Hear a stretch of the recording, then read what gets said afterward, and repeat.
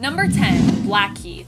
Blackheath is Samuel Smithers. Yep, in the reality of 1610, Plant-Man is instead a mutant. His powers are similar to that of Poison Ivy, allowing him to control plant life. Blackheath was one of the mutants who was kept in William Stryker's camps. While there, he ended up meeting and befriending Storm, and would be one of the few mutants left when Utopia came about. Number 9. Mach 2. Mach 2 is Nomi Bloom. She is kind of like the second coming of Magneto, but not as much of a villain. Or at least, she comes around in the end.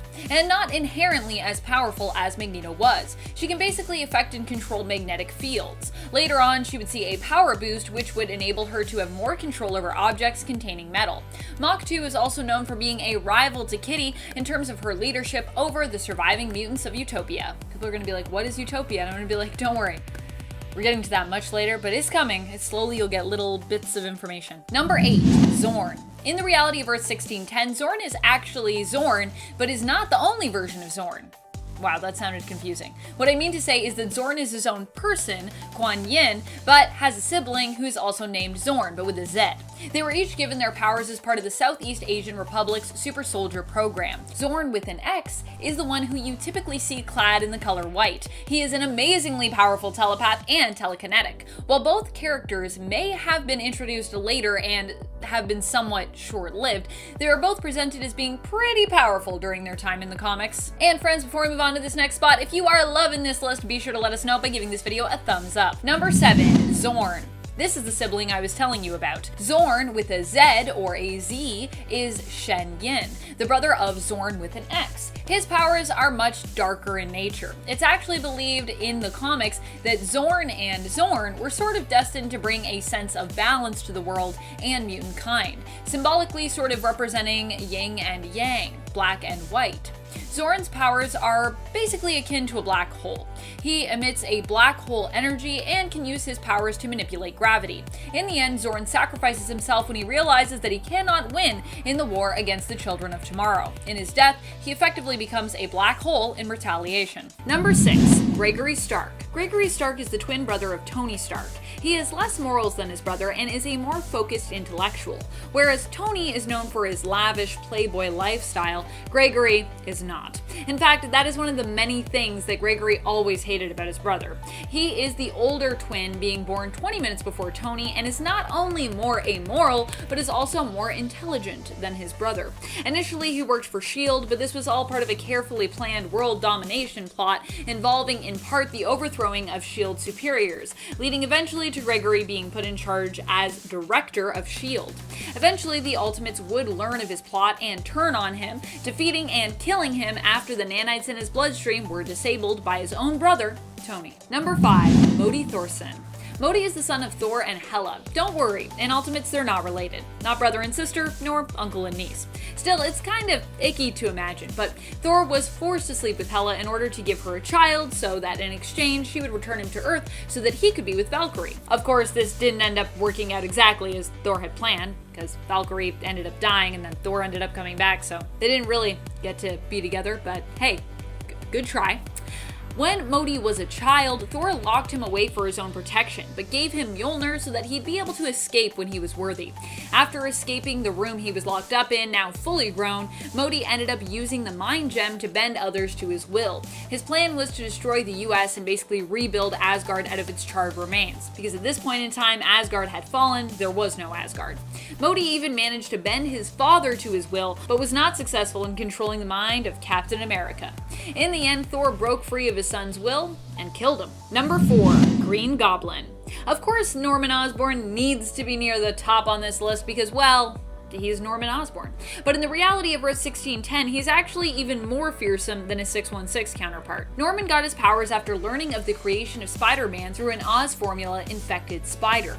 Believing that it was the combination of the Oz formula and spider DNA that granted those spider-like abilities, Norman theorized that combining the Oz formula with his own DNA should just transform him into a more superior version of himself. Unfortunately, it didn't quite work out how he planned, and instead, Norman found himself transformed into a demon-like version of himself. This version of Norman comes with super strength, speed, durability, and is virtually indestructible and immortal, in a way that's similar to the Hulk.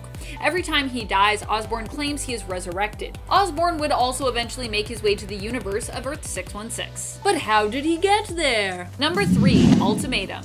Ultimatum is like the evil version of Miles Morales, but is actually the main continuity version of that character. While he isn't originally from Earth 1610, instead hailing from the Prime universe of Earth 616, Miles Morales did spend a good amount of time living on Earth 1610. And I mean, his current villain name is Ultimatum, so I feel like he kind of earned a place on our list. Miles was the one responsible for bringing the 1610 version of Norman Osborn to Earth 616, who works for him as his lackey, hence why Ultimatum is higher up on this list. Ultimatum himself doesn't have any superpowers, but does have quite a bit of influence, being an ally of Earth 616's Kingpin originally, and also possesses knowledge of the multiverse. I keep pointing to my head for knowledge. It's just like, yes, Amanda, we know this is where your brain is. We know. Ultimatum also has a pretty sweet suit. Like a supervillain suit, not like a tailored suit. His plan was to take over Brooklyn, make it his own criminal empire, and send the Miles Morales of Earth 1610, Spider-Man, and his family back to their home reality. Fortunately, his plan fell apart in issue 19 of Miles Morales Spider-Man, when he found out he was unable to capture Spider-Man's parents. They're not easy to capture, so I love that he was like, this will work fine. But Jefferson was like, no, get out of here. What are you trying to do? Get out of here. Number 2, Magneto. Speaking of Ultimatum. Okay, so while Green Goblin is mortal and Ultimatum is the boss of Green Goblin, and Magneto is, not necessarily immortal, definitely not immortal, he still has proven to be very deadly in the Ultimate Universe, and it is for that reason that he gets ranked so high up. Just the numbers of lives he took is shocking during, of course, Ultimatum. Magneto killed Professor Xavier and other notable mutant heroes who stood in his way. He killed millions of people worldwide before S.H.I.E.L.D. and the X-Men were able to finally track him down and put a stop to it. Magneto then learned that his beliefs about mutant kind were wrong, and that mutants were created from the hereditary genes passed on from the super soldier serum. They weren't like divine in any way. This broke Magneto, destroying everything he had built his cause around, making him question everything he had done, as he should. In the end, Cyclops killed Magneto, vaporizing him with a powerful optic blast. See? Not immortal. Number 1, the Maker. Likely one of the most powerful and brilliant villains to come out of the Ultimate Universe. Jonathan Hickman, if you're watching this, you know what I'm talking about. The Maker is also a fan favorite among comic book writers and readers, so it's easy to understand how he ends up accomplishing so much and becoming so gifted. When we like a character, we want them to do well. When we like a villain, we want them to do bad. Do bad things. To other people, that is.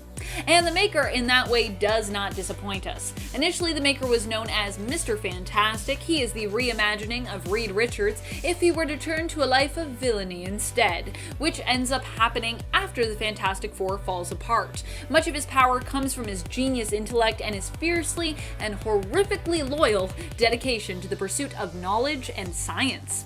The Maker has his own modified symbiote, is virtually immortal, possesses a genius intellect, and still has his stretching powers. And he's done a lot of stuff. It's pretty crazy. Number 10, Origins. Why not start at the beginning? Let's do it. Ultimate James Howlett first appeared in Ultimate X-Men issue 1 back in 2001. Now his combat days began as a paratrooper for the Canadian Army during World War II. He was part of the invasion of Sicily, and funny enough, that's actually where he met Private Nick Fury and Private Fisk. Now Fisk got hit by a bullet, and then the three of them were all taken away. They were captured, even though James was from a different unit. He was from Canada. He just got roped into it. So that's where they all got put into the Weapon X complex and were under experimentation by Dr. Abraham Cornelius. Now luckily James got out of there. The other two though, they were tested on to become this new Captain America. They were the test subjects of the new serum. But if you want to hear more of that Ultimate side, check out one of our playlists. We explain quite a bit of it. So yeah, in the Ultimates, Nick Fury is a super soldier. How cool is that? But Wolverine got out of there. He didn't want to be part of it. Well, he kind of got out of there. He got really, really close until a stray bullet hit him last second, and then everybody was in shock as he healed himself. So they dragged him right back in and they're like, well, we got to do some tests. What's going on here? So we got this mutant ability down the road, whereas main Wolverine was just born a mutant. So key difference right there. Number 9.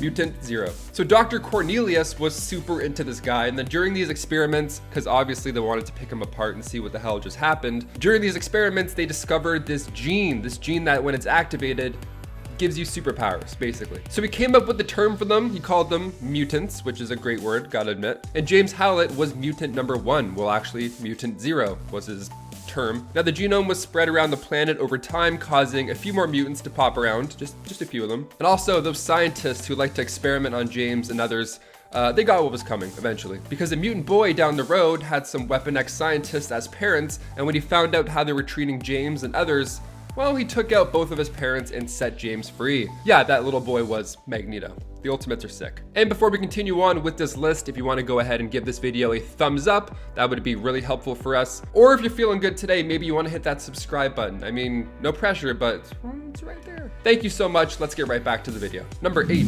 Weapon X. So yeah, that whole thing with Eric was a big deal, but Wolverine was actually recaptured later on, this time by Colonel John Wraith, who was not fond of mutants at this point. There were a few of them, and he was like, okay, this has gotten out of hand. And at this point, John was also the new head of the Weapon X program. So they wiped Wolverine's memory and gave him the name Logan. And this is where things got real for James, more real than before. This is when he was tortured. The other guy who was there, who was also getting tortured, his name was Victor Creed. And Victor was getting on his nerves the whole time. And this was when the adamantium was bonded to Logan's skeleton. So a lot of things happened during this time as well at Weapon X. So he was a mindless brute, and things took a turn one mission when he was deployed in the desert during the Gulf War. The truck got ambushed and Wolverine was let loose. This insane, mindless mutant weapon. No big deal at all. So he wiped out everybody. He took out every single member except for one guy, Nick Fury. He didn't take him out, he saved his life and carried him all the way to base because part of him still remembered meeting him early on in his life. Nick Fury actually recognized him as well and then came back later to set him free.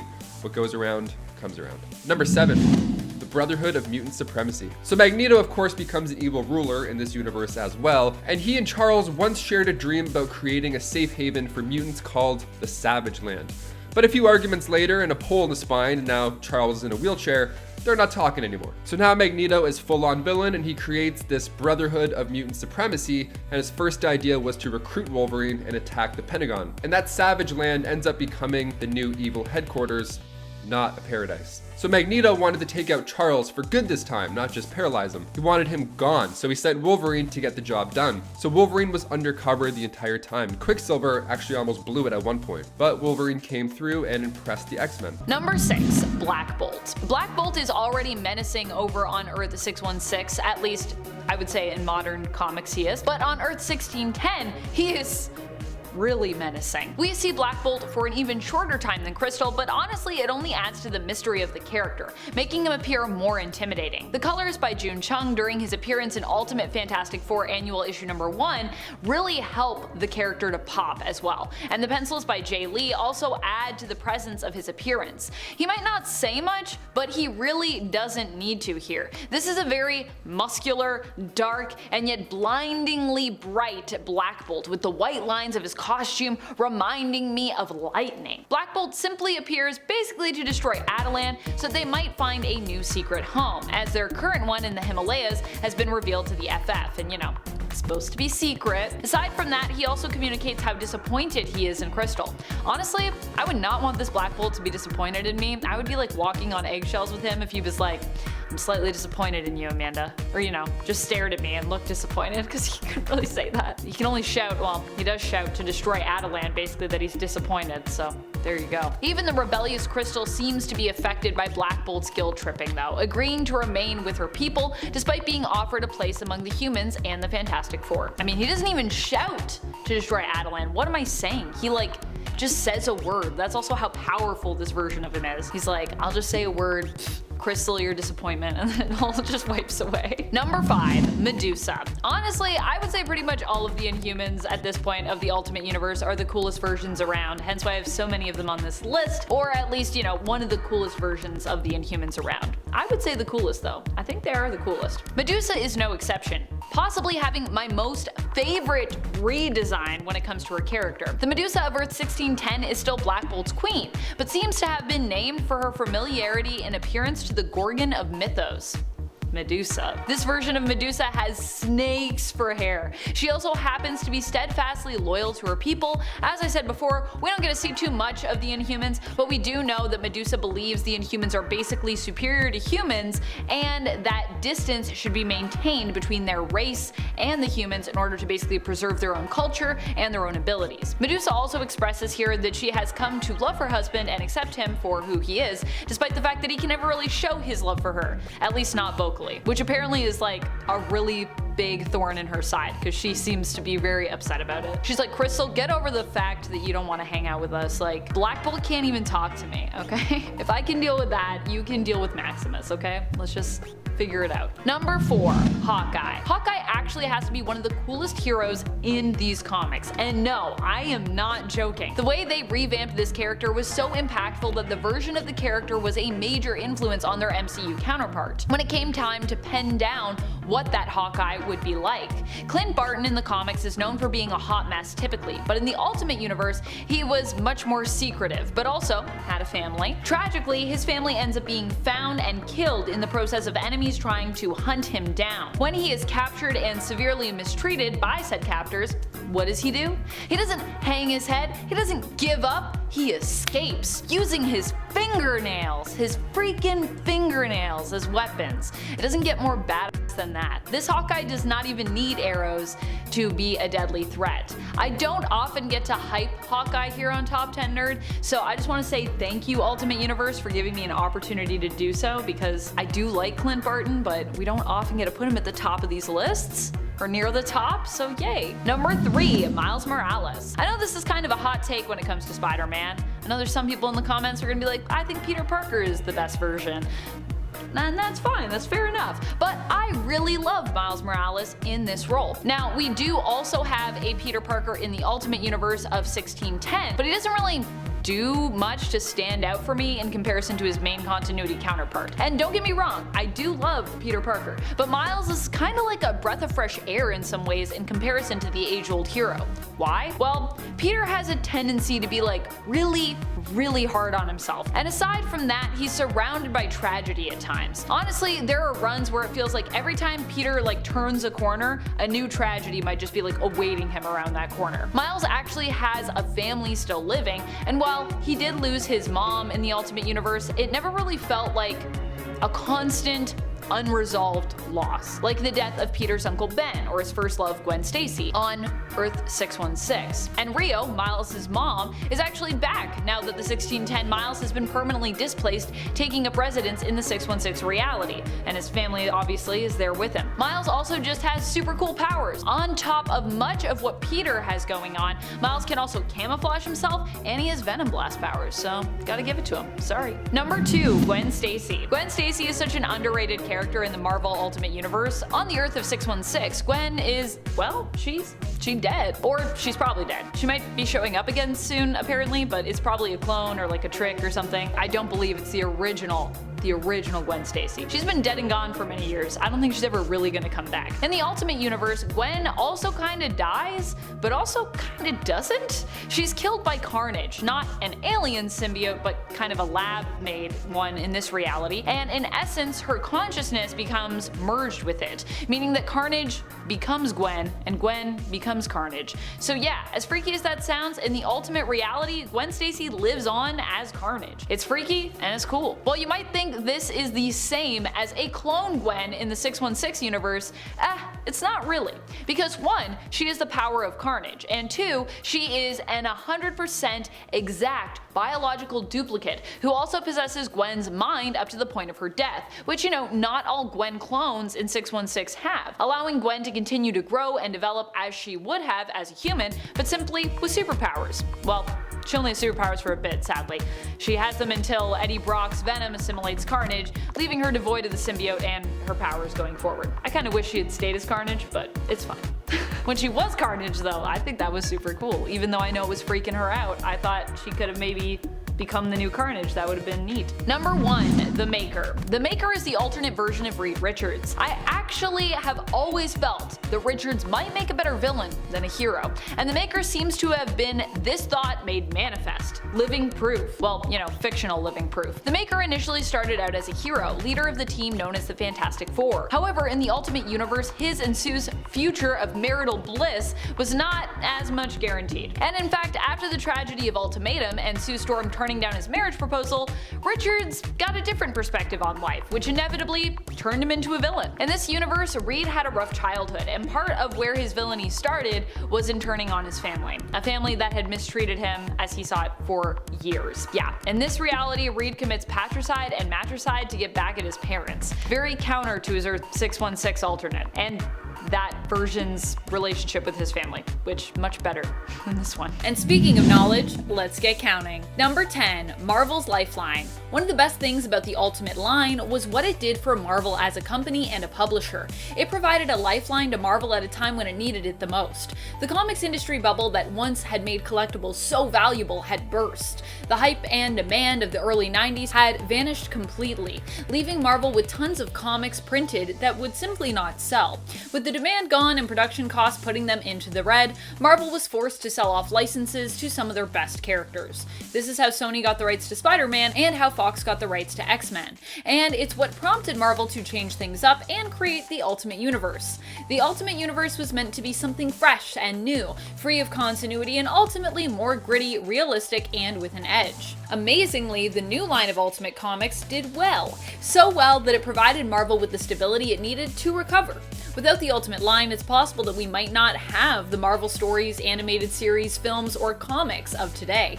That's how successful and important Ultimates was. Number 9, the Inhumans. I've said it before and I will say it again, I think the design of the Inhumans is much better on Earth 1610. They look more compelling and intimidating. Nothing against the 616 Inhumans, who I also like just fine, but I actually want to get to know these Inhumans more. Overall, I think the Ultimate Inhumans are a little more interesting than their main continuity counterparts. Number 8, no previous continuity.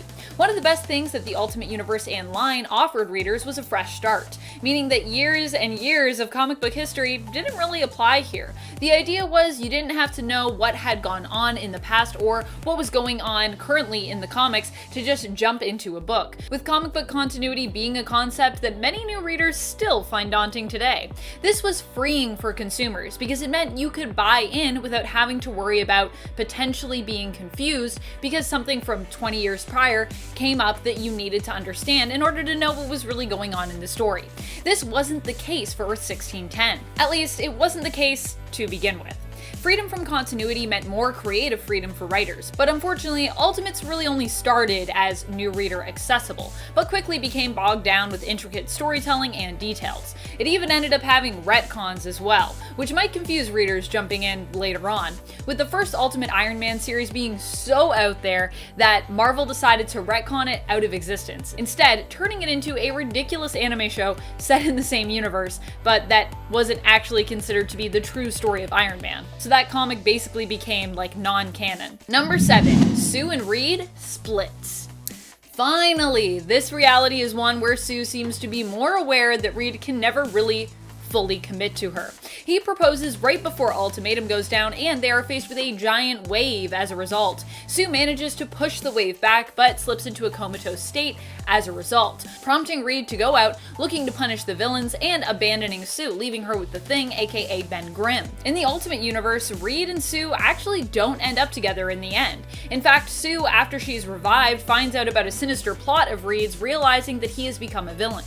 Ben attempts to try and explain how Reed could just be up to something that they both don't fully understand, but Sue is over making any more excuses for him, implying that she never wanted to marry him to begin with. In fact, Sue and Ben actually end up together, with Reed becoming a villain.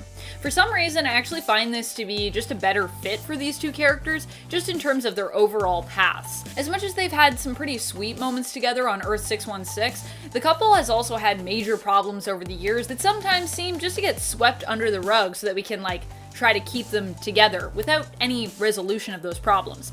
This, however, provides us with some resolution and consequence for those moments. And it kind of addresses some of them, which I like. Just feels a little more realistic. Number 6, joining the X-Men. So while he was in deep cover, Wolverine sparked up a romance with Jean Grey. Now he wanted to seal the deal, really make it look believable, so he went on with this fake romance. Thing is, Wolverine actually fell in love with her. Oops. Now Scott, aka Cyclops, was a little upset during this, and Magneto actually wanted Scott to be with Wanda. But Scott had other ideas. But Scott was actually undercover as well, so he was on the bad team and then Wolverine was on the good team. It was basically The Departed, but superheroes instead. The Jean and Wolverine affair gave Scott a reason to go and talk shop with Magneto. So he went in and then found out this plan, which was to wipe out Washington with Sentinels, and then the X-Men intervened and saved the president, who was naked at this time, just, because sure. And this is when Wolverine fully becomes an X-Men. He attacks Magneto, with Quicksilver even removing Magneto's helmet to make it easier for him. So everybody came around and joined the good team, which is great. And then a page later, Wolverine is now in his new, much cozier home. And their first mission as a new X-Men team with Wolverine was to head back to Weapon X as a team to get some answers. Number 5, jealousy. Now this Wolverine gets pretty jealous as well. He takes things to a new height when he discovers that Jean Grey truly loves Cyclops. So Logan now wasn't a fan of Cyclops. There was this deep rift growing between them. So Charles was like, hey guys, why don't you both go to Savage Land together and work it out? As dudes, couple dudes working it out. You can talk, throw rocks, whatever. They did not work it out. They got into a huge fight. And what happened really was Wolverine let Cyclops fall to his death in order to get Jean back. Cyclops survived because, of course he did. And he exposed Wolverine to the crew, but Cyclops didn't blast him with his visions. No, he just blasted him with words. So he let Wolverine stay on the team, and this whole time, Wolverine just sat and felt guilt. He was like, damn, maybe I am not a good friend after all. Interesting. He started to become a leader and he let his past self die. He became a role model for the younger X-Men like Rogue. And then he ended up becoming pretty good friends with Cyclops, even though, he threw him off a cliff and all. Number 4, Saber-tooth. So yeah, maybe you're wondering what ended up happening with that other insane guy, Victor. Well, when the team first went back to Weapon X, they came across Wraith and Saber-tooth. Now, Saber-tooth did one of the worst things ever at this point. He burned the files on Wolverine, literally just destroying his past right in front of him. And this leads them to their first violent conflict. They go back and forth, throwing each other into trees, and Saber-tooth thinks that he's got him at one point. He's got him underwater, so he's holding Wolverine's head underwater, and he's questioning how exactly a healing factor will fix a suffocated brain, which is a great question. He's like, oh yeah, you hear that popping in your nose? That's your brain cells exploding. Now, it's cool, except Wolverine's underwater this whole time. He probably didn't hear any of this monologue, but it's still cool. But Wolverine's got that healing factor, which is probably stronger than we think. Number 3, healing factor. Ultimate Wolverine has been known to have a weaker healing factor than our 616 Wolverine, but it's kind of his main thing. I mean, Ultimate Wolverine can regenerate his body tissue so well that at one point, believe it or not, Wolverine was stuck under an iceberg, and the only way he survived was to bank on that healing factor, and he ate himself. The dude ate his arms, like he ate his body. It's like 127 hours, only, he's fine. He just has to eat good. He ate strips of his own arm because he had to. I mean, he can grow it back, so it's not too horrible. No, that's still pretty horrible, actually, now that I think of it. Superheroes are wild because this opens up the meat dimension theory, which is just a blast. If you haven't heard of it, I strongly recommend you Google it after this. All this regeneration, where does the meat come from? Where does it go? Can he eat forever? What's going on? Question for you guys, if you could regenerate your cells and you were stuck, would you do it? Would you eat yourself? Let us know in the comments. That's a weird thing. Let us know in the comments though. I'm still curious. Number 2, adaptable. In Ultimate Wolverine vs. Hulk, it was said that Wolverine's power might be the survival ability. It's like his main thing. Because at one point his head gets clean off his body. It's just taken off, but he's still alive. And Nick Fury makes a good point here. He's like, well, if it was a healing factor, he would still be dead right about now because it's just his head. It still doesn't make any sense. But Ultimate Wolverine's head was alive and well. Now, without his lungs, he should not be able to breathe, but he adapted and started breathing through his skin. So he's adaptable in the most ultimate way. Number 1, combat. So the way he's able to fight off Saber-tooth after being held underwater is just by going right in between the legs. He fights dirty, claws are out, he's doing what he has to be done. Wolverine says, hey, at least I have enough brain cells left to cover my family jewels in a fight. And I gotta tell you, that's a great call. Also, that's a great sentence to say right before you toss somebody off a cliff. This guy loves tossing people off cliffs, eh? Wow. So the ultimate combat is a bit more dirty, a little more rough than his 616 counterpart, I'd say.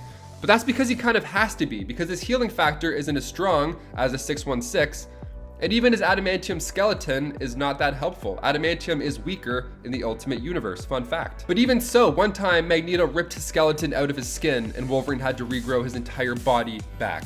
That's the most painful thing I can imagine. I still don't want that to happen, healing or not. I would fight dirty even if my bones were made of adamantium and even if my skin still came back out of nowhere. Because pain is still pain, and I don't want any of that pain. No, no sir. Number 10, Black Widow.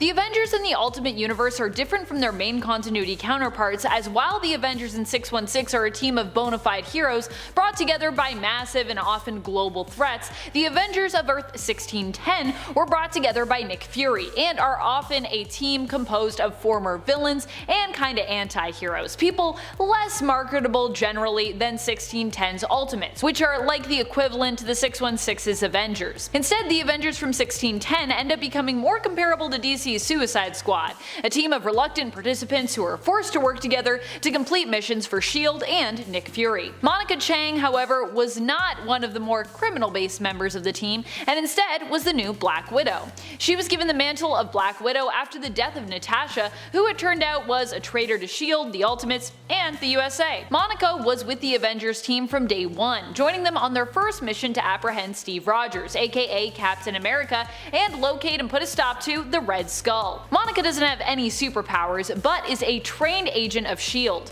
She is a skilled spy, combatant, and is experienced with various types of firearms, though typically is known for wielding 2 pistols. While wearing her Stark suit, she also possessed enhanced strength and speed. However, she was still a normal human, and as such was still able to be killed fairly easily when she went up against the immortal Green Goblin. Poor Monica though, I feel like that whole thing kinda did her dirty because, you know, she actually survived for a long time prior to that. So it was really weird that she was like, I'm gonna go into this fight and I'm gonna be super unprepared. Hey, then you die, that's what happens. Monica should know that. Number 9, The Punisher. The Punisher in the reality of Earth 1610 was a member of both Nick Fury's Howling Commandos, who fought against the Maker's Dark Ultimates, and a member of Fury's Avengers. The Punisher's powers are basically the same as his Earth 616 counterpart. In other words, he doesn't really have any superpowers. He's mostly just a man who is really skilled in his use of various firearms. He was a trained police officer with the NYPD, so has lots of tactical training and experience. The first time he joined the Avengers, it was to protect the Vice President against Ghost Rider, but the spirit of vengeance convinced Frank to stand down, and even assist him in the end, also helping him to escape. The Punisher would also escape S.H.I.E.L.D. custody following the mission, but would later be recruited once more by Fury after he ended up in prison. And friends, before we move on to this next spot, if you are loving this list, if you want more Ultimate lists, be sure to let us know by giving this video a thumbs up. Also, check out our Ultimate Marvel Universe playlist for more videos like this. Number 8, Red Wasp. Red Wasp initially went by the name of Swarm and was a member of the antagonistic Liberators team. She was believed to have been killed in the fight between the Liberators and the Ultimates by the Wasp, Janet Van Dyne, who became giant and stepped on Swarm. However, Petra Laskov managed to survive, saved by S.H.I.E.L.D. and put into rehabilitation by them. Rehabilitation. She was made to work for them and join up with their Avengers team. They even placed an obedience chip within her to make sure that she followed orders. Rehabilitation. During her time with S.H.I.E.L.D., Petra would take up the mantle Red Wasp. She can shrink herself down to the size of an insect and can control large swarms of insects as well. However, because of her insect-like abilities, she can also be defeated using insect repellent. So, pretty cool powers, but with a pretty big weakness. Number 7, Blade. Blade was recruited to the Avengers by Nick Fury, who promised to deliver him Deacon Frost in exchange for his service. Frost is the man responsible for killing Blade's mother and turning him into the creature that he is, in case you didn't know that. Blade helped to apprehend Tyrone Cash after S.H.I.E.L.D. learned he was responsible for selling off their super soldiers on the black market. Blade incapacitated Cash through hypnosis. Ooh, supernatural powers. However, despite him being part vampire, Blade is not as tough as you'd expect, especially in comparison to the tough version of the character we know from the Earth 616. Iron Man found that out when he basically crushed the poor anti-hero. Blade's time serving as part of the Ultimate Avengers may have also helped to get him on the main continuity Avengers team of Earth 616 in the future. I also gotta say, I really love Blade as an addition to the 616 Avengers. I don't know if everybody else is super enjoying that, but I'm really enjoying that. Are you enjoying that? I hope you are. Number 6. Nick Fury. Another great thing that the Ultimate Universe gave us was a new Nick Fury that was so successful he actually became the new version of Nick Fury in the main continuity, and inspired the MCU version of the character as well. Hilariously enough, Samuel L. Jackson's likeness inspired the redesign of the character. Fury would even acknowledge that Jackson would be his top pick to play him in a movie. The story goes that originally Samuel L. Jackson was actually not too happy about Marvel using his likeness without really asking him or without any compensation or conversation about it, but when he contacted them, they actually apologized and offered him the role of Nick Fury in any future films. Jackson supposedly was appeased and accepted the offer, and the rest, they say, is history. Today, I personally cannot imagine the MCU without him. Number 5. Death. Wait a minute, Amanda, didn't you just cite death as being a bad thing on your worst list? Yes, I did. We were talking about Ultimatum. But that was more death for the sake of death, not death in general. I actually enjoy when characters die. Well, I don't enjoy when they die, but more that I enjoy the finality that death invites. I like death as consequences, but more than that, I like the higher stakes that it gives us. If anyone at any point can die, it means that everything is more exciting because, they might not make it back from that mission. Their actions carry more weight because there's a real risk that they face. When characters can die, it also means stories get to end, and with endings come new and exciting beginnings. Number 4. The Maker. Talk about unique spins on characters. The Maker definitely offered us a completely different take on Reed Richards, one that was more modern and actually felt like it kind of fit better, not just within the world, but within a more current day and age. I think a huge issue with the Fantastic Four that we see when it comes to adapting that team to sort of a film setting in the modern day is that the heroes are kind of stiff. They're definitely a product of the time period in which they were created, a perfect and kind of wholesome family unit. The Ultimate Universe shattered that expectation, broke up the Fantastic Four team, and gave us the amazing villain that is the Maker, a version of Reed Richards whose love and dedication to science actually makes him a horrifying, immoral, pretty much mad scientist type, if a mad scientist could somehow also be disturbingly sane and logical. The Maker is one of the best villains to have ever existed in comics in general, not even just within the confines of the Ultimate Universe, which of course the Maker would also literally break free from in the comics. Number 3. Ultimate Spider-Man. Although there were many problems when it came to the continuity of the Ultimate Universe, the Spider-Man series was not one of them. In fact, Ultimate Spider-Man was more celebrated for being a breath of fresh air that remained consistently coherent throughout. To this day, it remains some fans' favorite Spider-Man comic series, period, and not just one of their favorite series within the Ultimate Universe. Some even hold this series above any of the Spider-Man main continuity stuff. Why was the Spider-Man series so good from Ultimates? It had a sense of finality, and it wasn't wishy-washy. It committed, it followed through, it offered fresh new takes on characters, and whether or not you loved all of those new takes, you had to respect them. Most of those changes were made to make Spider-Man's stories and characters feel more grounded, more realistic. Peter also returned to high school, which a lot of fans enjoyed because they felt it was younger Peter, Spider-Man in high school, that was kind of his most relatable version. So taking him back there felt really good. Number 2, Miles Morales. One of the greatest things to come out of Ultimate Spider-Man as well, the story and character of Miles Morales, whom we've all come to love very dearly. What's more, Peter's apparent death also paved the way for Miles, allowing him to step into the spotlight as Spider-Man, and even take over. Even after we learned that Peter Parker had actually survived as well and wasn't actually dead due to the Oz formula making him virtually immortal, he still decided to pass the torch to Miles. He'd had his time as a hero, now it was Miles' turn. I just love how the story goes. I love that Miles truly got to be the one and only Spider-Man on Earth 1610. And while I love Peter, I kind of hope we get to see Miles step into the spotlight as the one and only Spider-Man at some point on Earth 616 too. Or bring back a world where he is the one and only Spider-Man. Number 1, the MCU. The Ultimate line is what helped to pave the way for the MCU, and in fact fact provided much needed inspiration for the cinematic universe. There are many characters from Earth 1610 who have influenced their Earth 199999 counterparts. That is, their Marvel Cinematic Universe counterparts. Not only have characters from the Ultimate Universe found their way to the big screen through the MCU, but stories from the Ultimate line have also served to inspire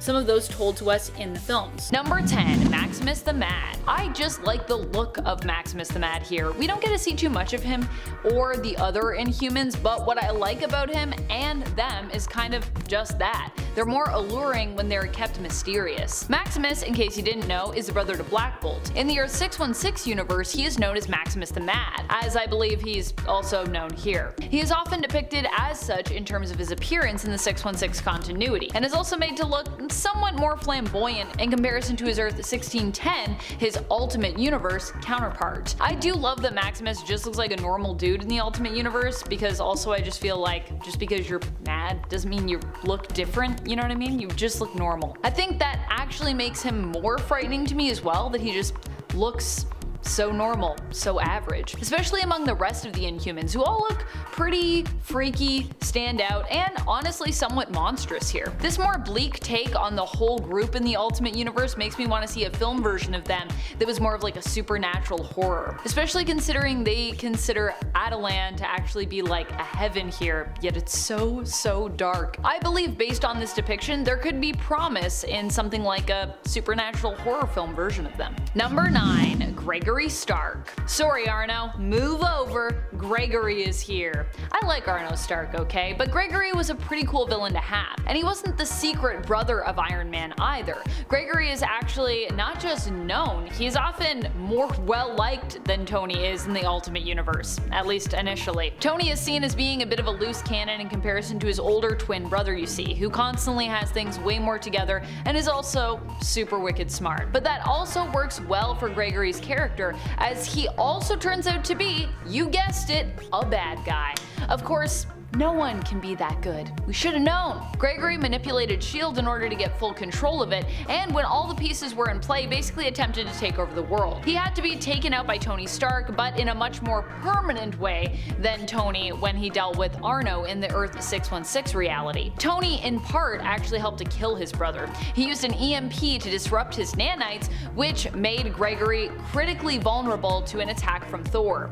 Ouch. And friends, before we move on to this next spot, if you are loving this list, be sure to head on over to Facebook to show us some love, where you can give us a follow, a like, and check out all the cool content we have over there. Number 8, Crystal. I really love the original Crystal, especially in terms of her appearance, but I also do love the super rebellious vibes we get from Earth 1610 Ultimate Crystal in this narrative. Here, Crystal is still the little sister of Medusa, but this group of Inhumans, Medusa included, are even less likely to mingle with humans. They simply want to live a completely separate and simple life, which bothers Crystal, who it seems is searching for something more, something outside of her own family. Acting out, she runs away from her people, not eager to play the loyal member of the royal court, and not fond of her fiance, Black Bolt's brother, Maximus the Mad. Yeah, they're engaged in this reality. She runs into the Fantastic Four, and in so doing kind of reveals to them the secret location of Attilan as they pursue her after she is retrieved by her people. Crystal ends up deciding to stay with the Inhumans too, despite her unhappiness, which I also think is an interesting choice, and it gets me wanting to know more about both Crystal and the Inhumans in this universe. Cause like the Fantastic Four were also just like, you come chill with us, but she's like, nah, this is how it's gotta be, even though I definitely was not super here for this, but I still gotta stick with my fam. Number 7, Nick Fury. The Nick Fury of the Ultimate Universe Earth 1610 isn't perfect. In fact, he can kind of seem like he's being a butt a lot of the time, but in reality, it's just that Nick Fury often doesn't trust people. He keeps his plans and reasons behind them close to his chest, and while you might not understand them and therefore think he's callous, he's often just trying to make the hard call. Nick Fury has some flaws, I'll grant you, especially if we're talking about his relationship with his ex-wife and everything that apparently went wrong there. But this version of the character would become so beloved that he actually go on to inspire an Earth 616 counterpart in Nick Fury Jr., and of course would inspire the version of the character we saw up on the big screen in the Marvel Cinematic Universe, where he was portrayed by the one and only Samuel L. Jackson. Samuel L. Jackson in fact also served as inspiration for the 1610 counterpart in the comics when it came to his appearance, and Mr. Jackson was actually the character's first pick, of course, when asked in canon who would be best to portray him in a film. Number 6. Hawkeye. But wait a minute, isn't Hawkeye a member of the Ultimates? Well, yes, he has been that too, but hey, he can do both. Hawkeye, despite being more of a bona fide hero, still had a pretty shady past, which was what made him a great candidate for the Avengers team. Nick Fury invited him to join originally when they went on the hunt for Red Skull, and Barton agreed. In fact, I believe Hawkeye actually helped to bring this team together as well. The Avengers team for him was like a Black Ops group willing to do the dirty work that the Ultimates couldn't be seen getting involved in. Often this meant the villains they went after usually ended up dead. Such was the case with Red Skull in the end. Hawkeye might just seem like a guy with a bow, and well, he is. But he is really good with that bow. He has enhanced vision, which allows him to see much farther and clearer than your average human, and he is an extremely skilled fighter, pilot, and spy. So, you know. Also, he's deadly with fingernails, so watch yourself if you're just facing him as he is. If he's got fingernails, he's got weapons. Number 5. War Machine. War Machine is James Rhodes, who became a close friend to Iron Man and ended up being gifted a suit of armor from Tony to use in his own heroic adventures. He would end up being recruited and serve on the revived Avengers project as a member of the team during their first mission, where they attempted to defeat and capture Red Skull. Rhodey happened to be armed with a nuke to use against the Red Skull as part of a last resort plan, if needed. But the Red Skull had overheard about this plan and said nuke, and so managed to disable it easily using the Cosmic Cube. Honestly, if the Red Skull didn't have the Cosmic Cube though at this time, my money would have definitely been on War Machine in this fight, because War Machine I think is pretty powerful. War Machine would also for a time gain temporary Hulk-like powers after being given some of Tyrone Cash's Hulk serum. Number 4. Nerd Hulk. While Nerd Hulk is a very powerful character in terms of his abilities being on the same level of power as Bruce Banner's Hulk from Earth 1610, he tends to end up being not so powerful in actuality when battling other people. This is because he has a tendency to hold back though. Nerd Hulk is a clone that Gregory Stark, Tony Stark's brother, created. Nerd Hulk prefers to try and resolve conflicts using logic as opposed to violence, and it is the marriage of his intellect and strength combined that holds him back from being as deadly as he could be. Still, the potential is there, and he does have access to the same amount of strength and ferocity as Banner if he'd only feel inclined to use it. Nerd Hulk was a member of the Avengers team when they were first resurrected and went after Red Skull. He would also later attempt to join the Ultimates, but he was denied membership. Sad. Poor Nerd Hulk. I love him with his little glasses. Number 3. Gregory Stark. Gregory Stark is like the evil brother of Tony Stark. He is the more immoral of the two when it comes to technology, but is more put together overall in comparison to his brother. Much less of a mess, if you will. This obviously made him a valuable asset to S.H.I.E.L.D. and Nick Fury, and so he ended up on the Avengers team. However, Gregory was also super smart, and was using his time working with S.H.I.E.L.D. to put certain plans into action that would allow him to take over control and eventually kind of rule the world, sort of. After Fury seemingly went rogue and Carol Danvers was also removed from the chessboard, Gregory was made the new director of S.H.I.E.L.D. and attempted to use his influence and nanite tech to cause chaos and war to erupt in other nations. Fortunately, he would be defeated by his brother Tony, who disabled his nanites with an EMP, allowing Thor to take him down. Still, for a time, Gregory was a pretty valuable member of the Avengers team, and later a formidable villain to them and to the Ultimates. And for that, he gets some bonus points. That's what I say. Gold Star Gregory Stark. That's what I call him. For evilness, I guess. Number 2. Tyrone Cash. Tyrone Cash was a fairly powerful version of the Hulk, and actually was the first Hulk to exist in the Ultimate Universe. He created the Hulk serum before his protege Bruce Banner was able to, and decided to use it on himself. This gave him massive strength, and he took the name Tyrone Cash, and decided to become a criminal, using his brilliant intellect to avoid capture for longer than a decade. Previously, he'd been known as the Scientist and as Banner's mentor, Professor Leonard Williams. Eventually, Cash was apprehended and forced to join the Avengers team, and after S.H.I.E.L.D. learned that he'd betrayed them, Fury had him executed. So of course, who's the most powerful? Who could it be? Number 1. Nick Fury. When it comes to the Avengers team, Nick Fury is like the Amanda Waller of it all, in comparison to the Ultimate Avengers DC counterpart, which would likely be the Suicide Squad. Nick Fury was the one to resurrect Project Avengers, and while he claimed this was done to hunt down the Red Skull, Captain America's villainous son in this reality, it is actually believed that Fury had orchestrated Red Skull's return in order to get his job back as director of S.H.I.E.L.D. and resurrect the old abandoned Avengers project. That's just so Nick Fury, I'm just saying. Nick Fury holds a lot of power, not just as a master spy who often deals in secrets, but also because he was exposed to the super soldier serum and has influence over the rest of the Avengers team as their overall leader and organizer. He's just got a lot of power. He's also like got a million plans, so if you're like, oh, I know how I'll beat Nick Fury, he probably already has a plan for if you try to do that to him. That's how good he is. Number 10. Charles Xavier. Professor X did die in this reality, but before that, he was a gifted telepath. The manifestation of his powers in the Ultimates reality is actually believed to have caused his hair loss. That's right, his powers are so powerful, they caused him to go bald. I love it. Charles became good friends with Eric in this reality, and the two would band together as partners to create the Brotherhood of Mutants. However, the two split ways after Magneto started to see humans as inferior to mutants, believing that mutant kind should actually rule the world.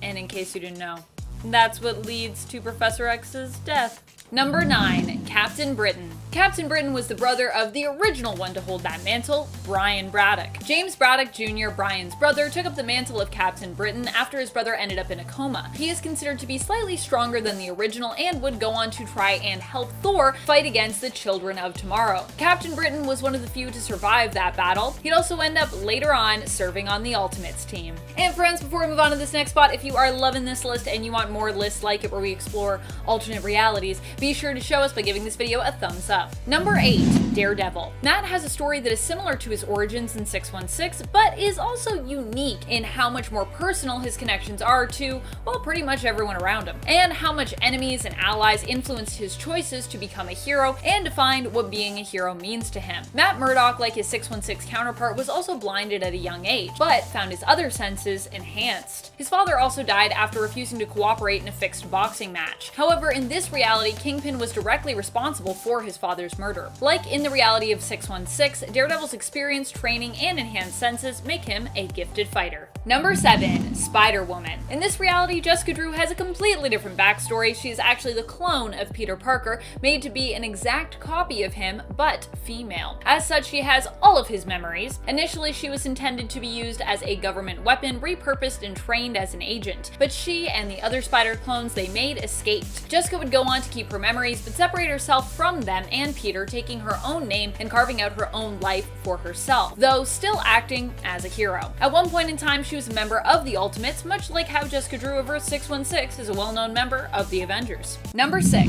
Colossus. A strong mutant on Earth 616 and in 1610. Initially, Pyotr Rasputin did not possess super strength as part of his power set, but was given a drug called Banshee to enhance his strength, as well as a job working for the Russian mafia. Eventually, he ended up joining the X-Men, though he would leave the team on a few separate occasions.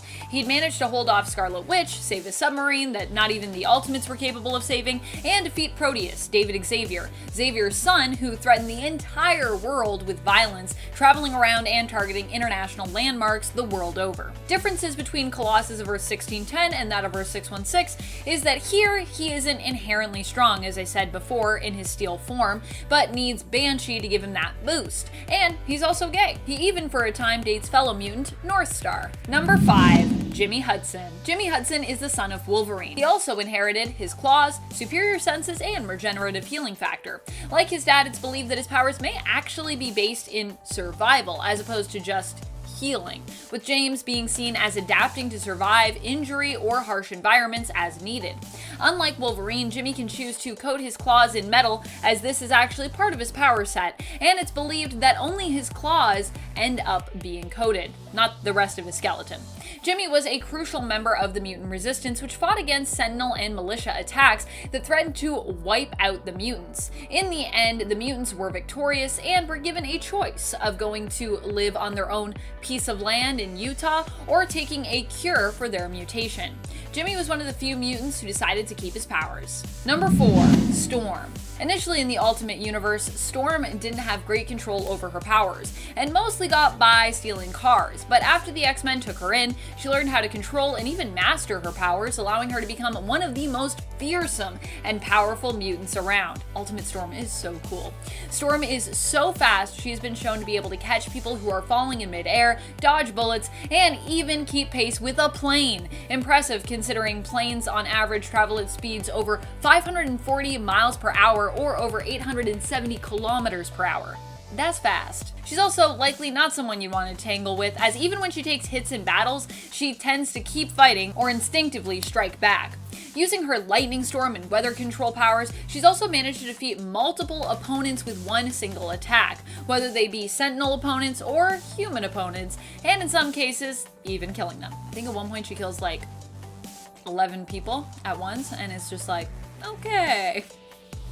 Don't mess with Storm. Got it. I mean, I already knew that before from her 616, but now I really know. Number 3, Jean Grey. In Ultimates, it almost seems there is nothing Jean can't do. Before she joined the X-Men, she was in a mental institution as the manifestation of her powers made her seem insane. However, Professor X would save Jean and recruit her on his X-Men team, with her being the second member. In the Ultimate Universe, we have seen Jean become possessed by what she thought was a cosmic entity referred to as the Phoenix God, and almost lose control and her sanity. The biggest problem with Jean is similar to that of her Earth 616 counterpart. Immense power threatens to basically break her mind, or at least take over her sense of sanity. In the comics, Jean is not only a skilled telepath, and was even able to read Wolverine's mind, something Professor X believed wasn't even possible, but she also happens to, weirdly enough, be a skilled doctor and surgeon as well, although I'm pretty sure she doesn't have any medical license. Say what? Jean was even shown to be capable of connecting and tapping into the multiverse to reach out and see various versions of herself. Basically, she can do everything, because being a telepath is crazy powerful. Number 2, Magneto. Obviously, one of the most powerful mutants out there has to be Magneto, not just for the powers of magnetism that he wields, but also just for his influence. Magneto was the mastermind behind Ultimatum. I suppose I should use the term mastermind lightly there, as Ultimatum in general is not really seen very favorably in most fans' eyes. I admit it was controversial and caused a lot of perhaps needless death.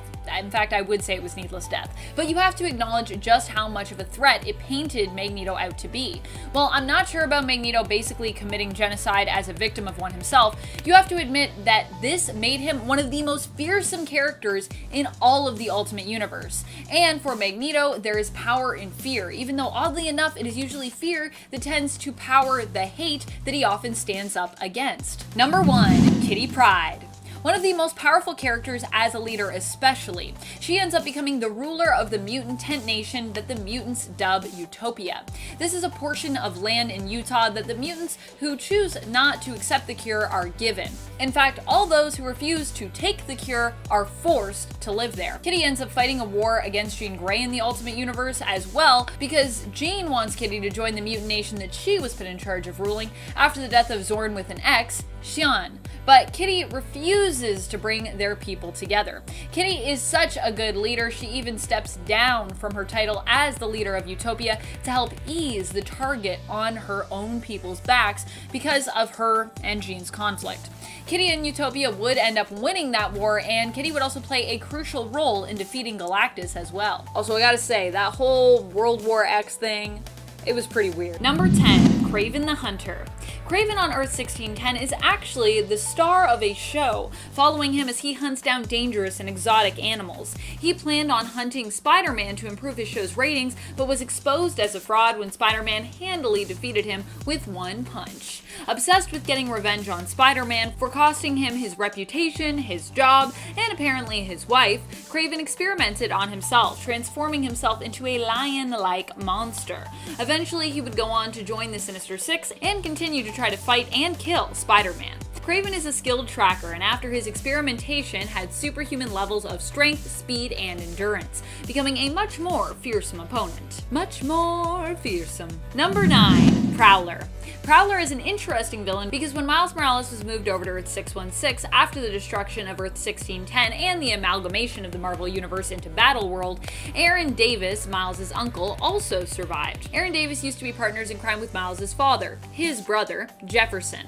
But after the birth of his son, Jefferson decided to go on the straight and narrow, while Aaron continued on with his criminal activities. Initially, Aaron died in Earth 1610 after attempting to blackmail and then kill his nephew, knowing of his true identity as Spider-Man. However, he also found himself returned to life when Miles was moved over to Earth 616. He woke up in bed as though his death had never happened. He would end up becoming a criminal again, recruiting the Sinister Six and fighting against his nephew once more. His antagonism would actually inspire the formation of the Champions. Eventually, though, Aaron would attempt to also give up his criminal ways, being convinced by his nephew that he could do better. And friends, if you love villains as much as I love villains, please show that love by giving this video a thumbs up. Seriously, when you hit that thumbs up or when you click the subscribe, it really does help us out, so thank you for doing it. Number 8, Black Widow. Black Widow was almost one of the most successful villains around. She played the role of hero so well, no one saw her betrayal coming, not even her fiancé Tony Stark. Yep, in this world, Iron Man and Black Widow end up romantically together. However, it's later revealed that this was all part of Black Widow's plan, to betray the Avengers and steal Stark's fortune. Mwahaha. Instead of redeeming herself and becoming a hero, Black Widow here remains a villain through and through, and is just pretending to be a hero. She even kills Jarvis! Oh no! But in the end, Stark is able to use the nanotech in her blood, which allows her to control the suit that he made for her as a wedding gift to neutralize Black Widow. Though not in time to save Jarvis, sadly. Black Widow would get hers in the end when Hawkeye found out where she was being kept and killed her as revenge for her orchestrating the death of his family and his own capture and torture. Yeah, Black Widow is really bad in the Ultimate Universe. Number 7, Colonel. The Colonel was Abdul Al-Rahman. He was a super soldier just like Captain America and was actually a hero to his own nation. He was part of the Liberators, the same group of villains that Black Widow was allied with. Abdul's powers were comparable to Captain America, as he was also a super soldier. In fact, believed to be the first successful super soldier since the creation of Cap. The Liberators were considered a group of villains by the Ultimates and the USA, but were in reality a multinational group of superpowered beings who banded together in their hopes to even the playing field for the rest of the world by destroying the Ultimates. The depiction of these villains was extremely political, problematic, and even at times racist. But if you consider his motivations and his backstory, Abdul was actually a pretty cool character. To add likely to his evil but badass appearance, he also fought with what appeared to be a double-bladed, well, a lightsaber. Energy blades, I think they're called, that looked very similar to Darth Maul's. Because, you know, Darth Maul's a bad guy, so how do we make Abdul look like a bad guy? Give him the same thing that Darth Maul fights with. What is happening? It's the Star Wars Marvel superhero crossover that none of us necessarily asked for, but there you go. Number 6, the Wasp. When it comes to Janet Van Dyne, you might just think of her untimely and gruesome end in Ultimates, eaten by the Blob as she was, but there is a lot more to her character than just that very graphic death. Janet was also for a time the leader of the Ultimates after they decided to split off from S.H.I.E.L.D. She was chosen as leader because she was considered one of the most experienced members. Many underestimated her because her abilities were about her shrinking as opposed to growing to ginormous sizes, which made enemies consider her weak and insignificant, but she would prove to them just how powerful she was. Her untimely end did not really seem deserved, and fortunately it was undone when the Maker resurrected the alternate world over 1610. Number 5. 5. Cyclops. If you thought Magneto was OP in this universe, Cyclops was technically the one to put an end to him. Here, Scott Summers was the one responsible for using his optic blast to completely destroy Magneto after he himself had killed billions, including the person who had brought the X-Men together, Professor X. Cyclops in the comics was also for a time a member of Magneto's Brotherhood. In this reality, Magneto even considered him as a potential heir when it came to a leadership role. However, Scott would eventually betray Magneto after he learned of his plans to attack and destroy Washington, D.C. using reprogrammed Sentinels. Number 4. Jimmy Hudson. In the Ultimate reality, Jimmy Hudson is the son of Wolverine and Magneto's wife, Magda. Jimmy would only learn upon his powers first manifesting that Wolverine was his dad. In a message left for him, Wolverine would specifically stress that Jimmy not really focus on who his real mother was or on his past, but continue to move forward and to respect the Hudsons as his parents who had taken him in and raised him on Wolverine's behalf. His powers are similar to Wolverine. He has a regenerative healing factor and bone claws. Jimmy can also coat his claws at will with a metallic substance. Jimmy has bonded with one of the symbiotic aliens known as the Poisons, but seems to maintain control of himself even while bonded with the Poison. So he's basically got like a little symbiote alien pal, but not a symbiote like how Venom's a symbiote, not from Clinter. Number 3. Machine Man. Danny Ketch was originally a spy and operative that was recruited to be a part of Nick Fury's Howling Commandos after the dissolution of the Ultimates. He would end up facing the global threat of the Galactus Swarm and MODOK in the Maker's City of Tomorrow. Danny would sacrifice himself to merge with the Swarm in order to free the captives of the city. Once merged, he then also prevented MODOK from escaping and blew up the city in order to defeat the enemy. It turned out, however, that Danny had survived with his consciousness being transferred to nanite technology that reappeared following this explosion. Aided by Agent Phil Coulson, the nanites were used to recreate a version of Danny Ketch, who was then dubbed the Machine Man.